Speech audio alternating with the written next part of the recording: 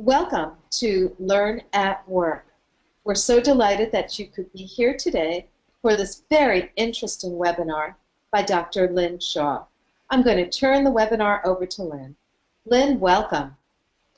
Thank you very much. It's my pleasure today to share with you a webinar presentation that focuses in on knowledge monitoring and use by parents who are the end users of children with chronic conditions, and particularly those with cerebral palsy. We entitled this Invisible Work, and you'll hear more about that as we get into the presentation today. I'm doing this presentation on behalf of Stephanie Legoski, who was unable to be here today to actually do the presentation. And you can see that Stephanie is involved in knowledge translation and did her master's thesis upon which this work was based. I'm going to give you a little bit of a background narrative in terms of where this project started from and give you the results of the research that was done as part of that. In Ontario, there's a group of researchers that have been working on doing a lot of research in the area of movement and participation in life activities of young children with cerebral palsy. And as a result of all of the research that they've done, they've produced a series of research summaries from that information, and they developed them in consultation with researchers, therapists, and the parents who were on the advisory committee. And these were short, written in plain language summaries, and they were hoping that these would be used to increase the uptake of research by parents and therapists alike. And this is just a little sample of the type of one-pager or two-pager documents that they produce as a result of the research summaries. And there's a link there that you can go to see the information. So Stephanie was involved with the program and disseminating some of these, and also was involved in some workshops and presentations that were given to parents at the Thames Valley Children's Centre in London, Ontario. So they ran some workshops, and a result of getting involved in that, Stephanie wanted to take it a little further to say, okay, we've got these great knowledge translation pieces of information, but she wanted to find out more about how parents actually used health information that is based on research and how they actually monitored it. So she wanted to explore from research to knowledge transfer piece to then what happens in the daily lives of parents in terms of using health information, and do they make it use of the information when they make decisions or not. So she designed a study to explore that, and she wanted to move forward with even looking more specifically at the monitoring and knowledge use in the knowledge translation frameworks out there to look at how do you monitor the patterns of parents in using health information, and is there an opportunity for us to learn from parents in this work. The last thing she wanted to do was to really make the invisible work of parents more apparent when it comes to the area of knowledge translation. And myself, I've done a fair amount of research in looking at end users and their uptake and use of knowledge and their involvement in the knowledge process myself. So I was extremely interested in what people at the end of the process of transferring knowledge into daily use, how they do that. So, and this was a particularly interesting group that Stephanie examined. So if you're familiar with knowledge translation, you'll know that there's this beautiful framework that has been developed that many researchers are using, and it's a cycle, and you can see it there. It moves around. So the knowledge to action framework describes what users do prior to actually monitoring whether or not the information is of value to them or of benefit, and then whether or not they use it. So the focus of this is to tap into that from the parent's perspective. So what she did is she recruited 3 parents from the groups that had attended the workshops, been involved in the move and play summaries. And what happened from there is she provided additional summaries to the parents to make sure that they had them. And she gave the parents 3 months to consider how that information before she went and spoke with them. This is a small group, but we called this an embedded case study methodology. She spent long periods of time with parents in this process, and it really was quite in-depth. And so she used observation and in-depth interviews and employed a method of visual mapping to really understand the experiences of 3 parents who had children with cerebral palsy. This is an example of visual mapping. Visual mapping is not a clear process, and not everybody does it the same way. But Stephanie was able to devise a way of organizing the maps for each parent, and she did that by organizing them under the headers of uses and outcomes of information, the information management of parents, and the sources of information. And then she drew this graphic depiction to look at the primary information sources, and then the breadth of the process involved in managing information. So this really helped her to get a better understanding of the material. And we're going to take a closer look at the parents and then come back to the findings. So in her study, she looked at 3 different mothers with children of varying ages, as you can see on the slide.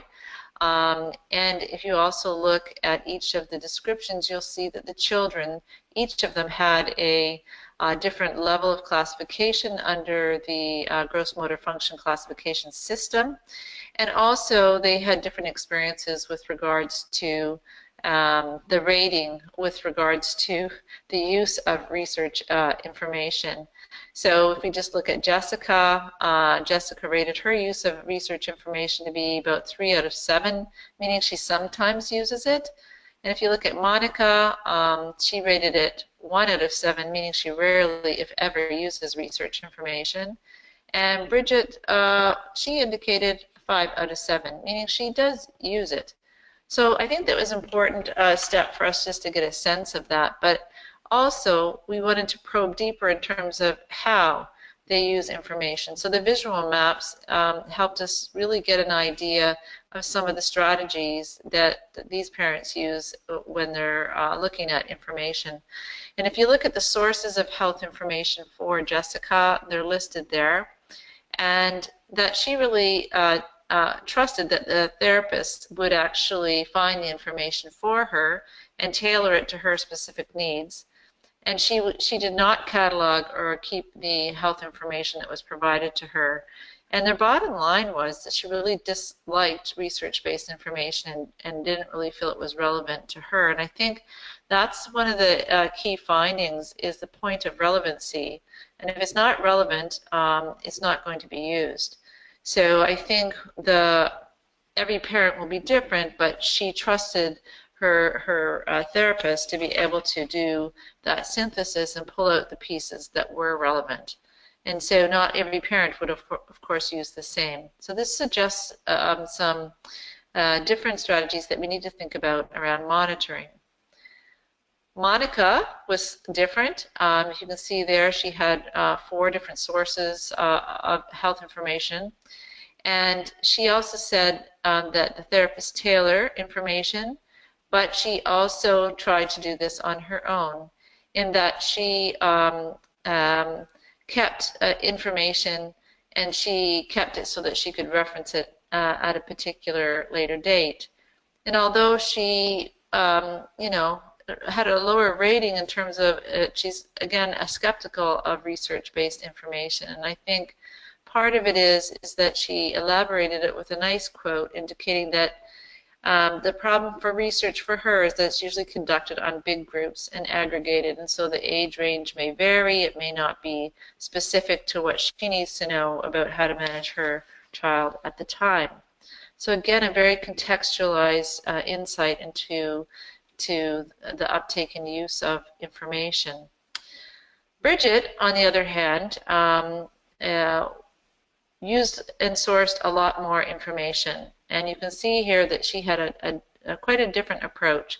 She was the seeker of information from the therapist, but that wasn't her primary mechanism, that she would go after information and synthesize it herself. And she cataloged and kept a catalog of information so that if it was age-related, she could access it at a later time. And although she used it, she didn't really have strong affiliation with regards to, whether or not it's useful to her or not. And so, and here we see the temporal nature of the use of information, health information for her is really for her is just give it to me and let me use it when I need to use it, was sort of the approach from her. So how do you interpret such information? So one of the things that Stephanie did was to take a look at the Chiarello's role of family members' involvement in healthcare and in using health information, and that there's quite a spectrum with regards to how involved parents are in this process. And if you look at the amount of participation, the type of participation, you could sort of map then the three different parents and look at where they're at. So Jessica was more wanting to receive the information and have it tailored to her. Monica was a little bit further along. She did seek some. She did do a little bit of sort of partnering a little bit, but then Bridget was at the further end in terms of going after and advocating for finding information that was suitable for using with her children. And also, although we didn't share all of the findings about her, she also was really big on sharing information with other parents. So the whole point of trying to do research is to try and uncover information that may be useful to us and really finding out more about how parents use knowledge. And if you look at what was proposed here was then another visualization of the processes that were underscored in those visual maps around how and when and whether parents valued information. So, this particular slide, we'll see a few of them. They're very similar, but we wanted to show how this whole process was depicted across the three parents in terms of looking at this whole issue of over time was important, and then where there was monitoring.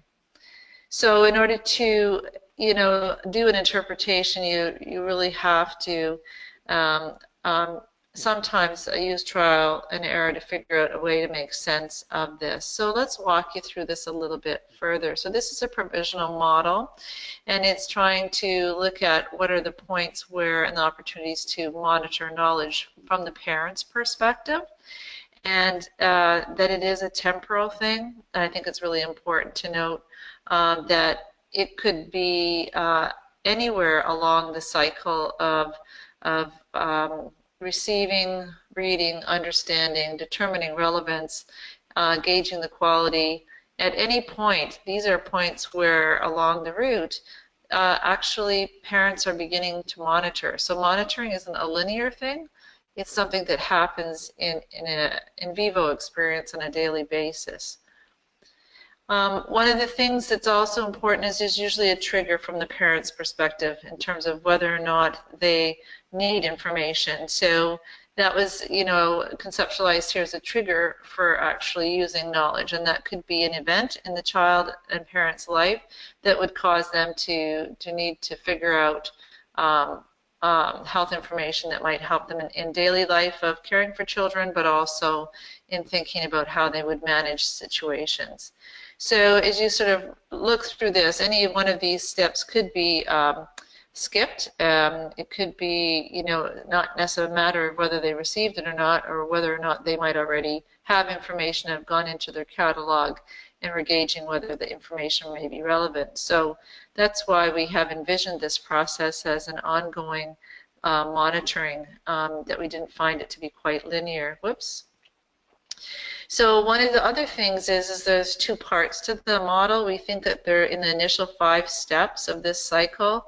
It can either happen independently or with the aid of a therapist, or it could be mostly done by the therapist and given to the parents. So in terms of monitoring and figuring out how parents monitor and use information, it's also important to know where they get it from and whether or not there are points along the way where that could be monitored or not, to understand from their perspective whether it's valued. And so I think, you know, it's important to not think of this as a static, and that it is an ongoing and a fluid kind of process. The outcome phase is usually where knowledge transfer people are really interested in terms of, is there uptake? So is there, do they read the information, but do they use it and make a change or take an action, or is there behavior? And I think the outcome phase is really, you know, a result of whether or not they decide to use the information, and then whether or not it was useful to them, and whether they share it with others in terms of what pieces of that information was of benefit or what they found wasn't of benefit. So I think it's important from the parents' perspective that there is not just, it doesn't just end with whether or not they use it, it's whether or not they continue the cycle, whether they share it and learn from other parents. So I think it's important to sort of really look at this from the parents' perspective. And again, another cycle could come again with another trigger down the road, and so we have the tail circle at the end indicating it's an ongoing process. The stars are places where, if we were going to try and do a study to monitor, you know, the valuing of information, that's where we could take this information from this provisional model and begin to work with that.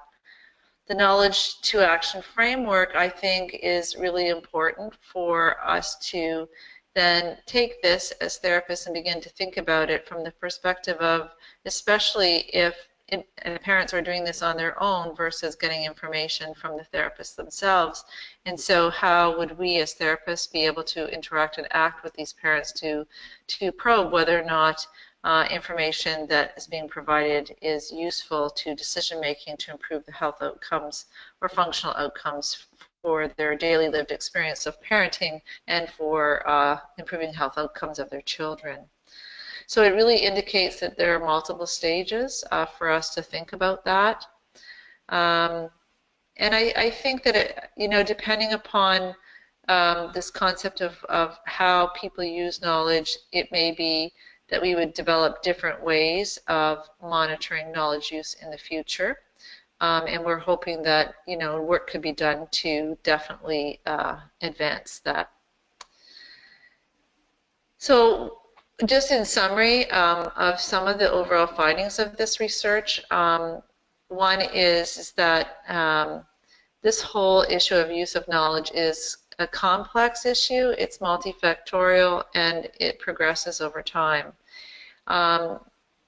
I think from the use of research knowledge, it needs to be relevant, and that's a clear message here, that it's not going to be used if it's not relevant. And sometimes as researchers, we find information that's really exciting to us, but if it doesn't mean something to a parent who's trying to, you know, make a decision on a point of care, or on a point of whether or not it's time to, you know, enable a child to go to school, to further independence, and those kinds of things, it's got to be relevant.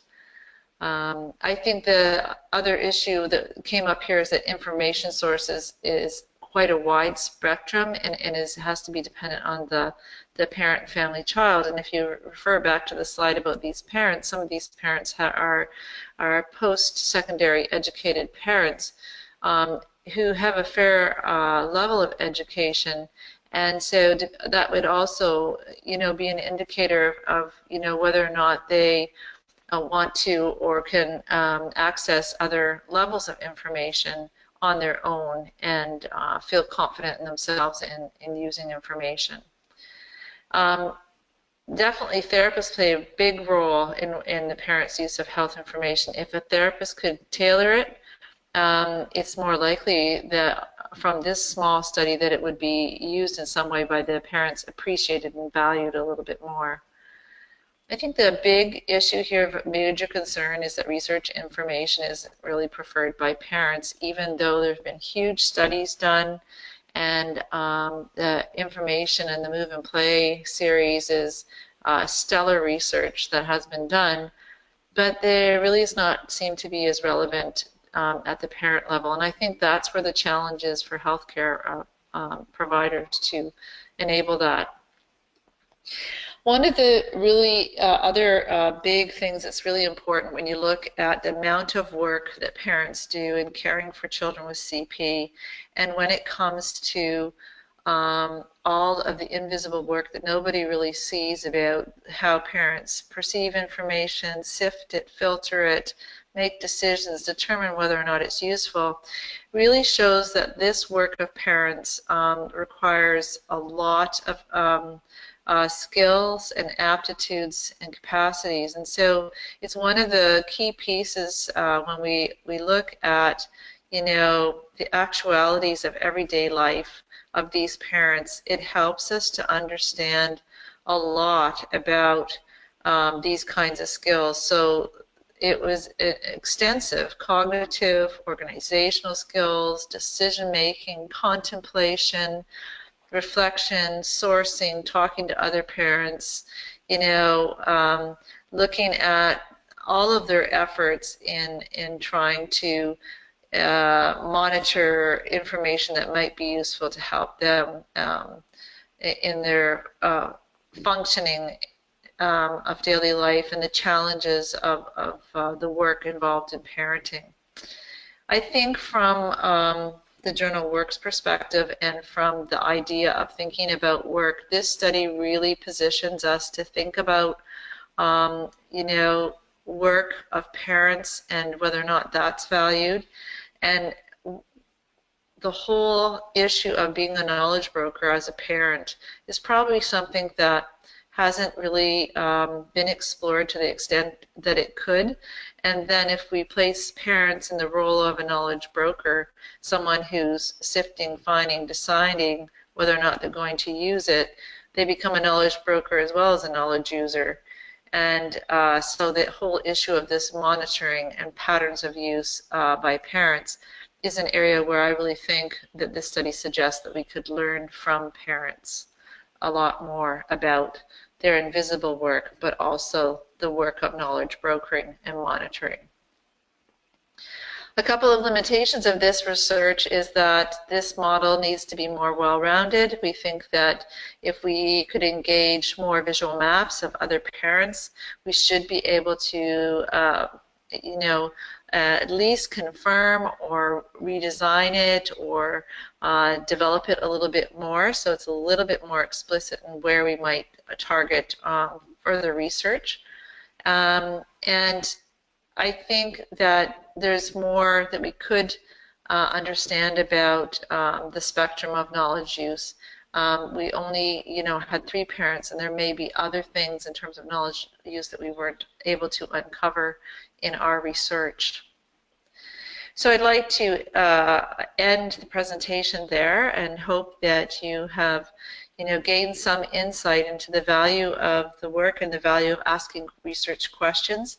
And we provided some references to the information that's in this study. And you can also find our article in the journal Work under the knowledge transfer column, and where we've published further information should you wish to have access to that. So thank you very much for this opportunity. Thank you, Lynn, for this very interesting webinar. Lynn, I have just a couple of questions. One would be, what would be your next steps and in the research, and it sounds like it's collaborative, particularly if you had got a grant to continue and that money wasn't an issue, what would you do next? I think I would expand this not just with parents with cerebral palsy. I would advance this research with parents with other children with other chronic conditions, because I think it's if a model is going to be useful to us in understanding patterns of use, where there's some value in that for those of us in research and knowledge transfer, that I'd like to see this work extended across different populations, and also to extend that. One of the things that happens with research is that there is unfortunately more research in certain conditions than others, and I believe that there will be parents out there who might not have access to research information, because the conditions that their children have may not be as highly researched. And so I think it would be very important for us to look at the model from a perspective of how do they access information when it's not readily apparent that there's information that has been synthesized and disseminated into short pieces for parents to use. So I would like to see this research be extended across parents as end users. And I also think that there's an opportunity then for us to look at more closely the demands of parents and also the skills for using knowledge, because if there is something that we could assist parents with in terms of monitoring and how they value or not value, and get at this underlying issue around not seeing research as relevant. Is it related to skills? Is it related to having the capacity to actually do knowledge brokering effectively or not? So I think those are the two areas where I would see extending it out to other types of chronic conditions and parents, working with them, and then to look specifically at, the amount of work that parents have to do, and maybe why they have to do so much work to get the information that they need, and looking at the possibilities of either valuing their role as a knowledge broker and a user, or coming up with ways to support them in their efforts to care for their children. Lynn, thank you so much. And thank you so much for all of your contributions to the journal work. You have fabulous dedication to the journal, and we feel so grateful that you're part of it. I want to thank our listeners for joining this Learn at Work webinar. I hope you will subscribe to our Learn at Work YouTube channel and stay tuned for more webinars. Again, Lynn, thank you so much. Thank you.